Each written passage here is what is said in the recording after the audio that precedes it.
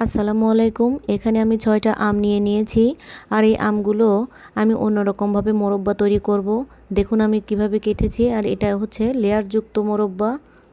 আর এই মোরব্বাটা খেতে একটু বেশিই মজা হয়। এখানে আমি প্রথমে আমগুলোকে এভাবে কেটে নিয়ে একটা বড় গামলার মধ্যে চুনের পানিতে ভিজিয়ে রেখে দেব ১ ঘন্টা। চুনের পানিতে ভিজিয়ে রাখলে হবে কি, এটা টক ভাব দূর হবে এবং আমের যে কষ থাকে সেটাও দূর হয়ে যাবে।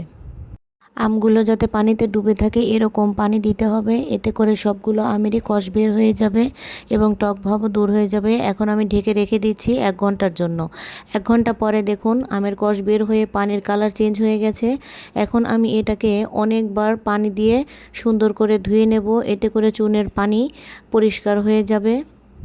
চুনের পানিতে দেওয়ার কারণে যেমন এটা টক ভাব কেটে যাবে, তেমন এটার লেয়ারগুলোও আস্ত থাকবে, খুলে আসবে না।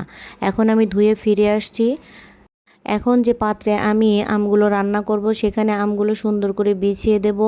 বিছিয়ে দেওয়ার কারণ হচ্ছে আমগুলো অতিরিক্ত নাড়াচাড়া করা যাবে না। এখন ৪ কাপ পরিমাণে পানি দিয়ে দিচ্ছি এবং ৪ কাপ চিনি দিয়ে দিচ্ছি। আপনারা যদি মিষ্টি বেশি খেতে চান তাহলে চিনির পরিমাণ বাড়িয়ে দিবেন। এখানে ২ টুকরো এলাচ, ২টা দারচিনি, ২টা তেজপাতা দিয়ে চুলার আঁচ বাড়িয়ে দিয়ে দেব। বলক আসা পর্যন্ত অপেক্ষা করব। আমি যেহেতু মোরব্বাগুলো সংরক্ষণ করব সেই জন্য এখানে 1/4 কাপ ভিনেগার অ্যাড করছি। আপনারা সংরক্ষণ না করতে চাইলে এখানে ভিনেগার দেওয়ার দরকার নেই। দেখুন বলক চলে এসেছে। এটাকে আলতো হাতে উল্টে দিয়ে এটাকে আমি এভাবে রেখে দেব।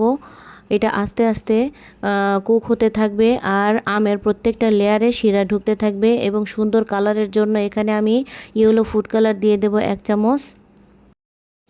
এখন চুলার আঁচ মিডিয়ামে রেখে এভাবে জাল করতে থাকবো ৪০ থেকে ৫০ মিনিট পর্যন্ত।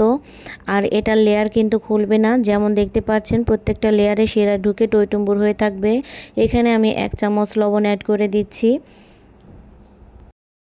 ফিরে আসছি ৪০ মিনিট পর। ৪০ মিনিট পর দেখুন আমাদের মোরব্বার কালার কত সুন্দর হয়ে গেছে। এভাবে আরও জাল করতে থাকবো। দেখুন ৫০ মিনিট পরে আমি যে এরকম চাচ্ছিলাম সেরকমই হয়ে গেছে। এবার আমি নামিয়ে এটাকে পরিবেশন করে নেব। দেখুন কত সুন্দর হয়েছে মাশাল্লাহ। এখন আমি মোরব্বাগুলোকে প্লেটে উঠিয়ে দেখাচ্ছি। দেখুন লেয়ারগুলো একদম স্পষ্ট বোঝা যাচ্ছে এবং কত সুন্দর হয়েছে। আর প্রত্যেকটা লেয়ারে শিরা ঢুকে গেছে। এরকম নিত্য নতুন ভিডিও পেতে অবশ্যই আমার চ্যানেলের পাশেই থাকবেন। আমার ভুল ত্রুটিগুলো ক্ষমার দৃষ্টিতে দেখবেন। দেখা হচ্ছে পরবর্তী ভিডিওতে। আল্লাহ হাফেজ।